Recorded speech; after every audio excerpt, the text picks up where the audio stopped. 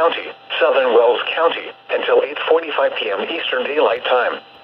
At 6:39 p.m. Eastern Daylight Time, Doppler radar indicated thunderstorms producing heavy rain across the warned area.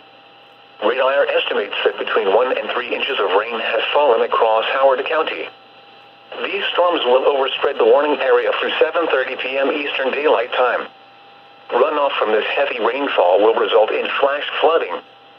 Some locations that will experience flooding include Marion, Hartford City, Gas City, Upland, Fairmount, Montpelier, Jonesboro, Sweetser, Swazee, Van Buren, Matthews, Sims, Converse, Nottingham, Fowlerton, Shamrock Lakes, Tornado, McNabbs, Landis, and Mount Zion.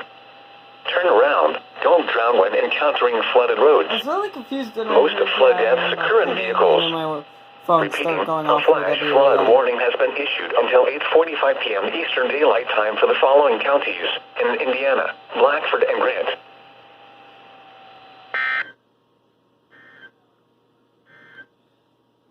For decades, Sports Illustrated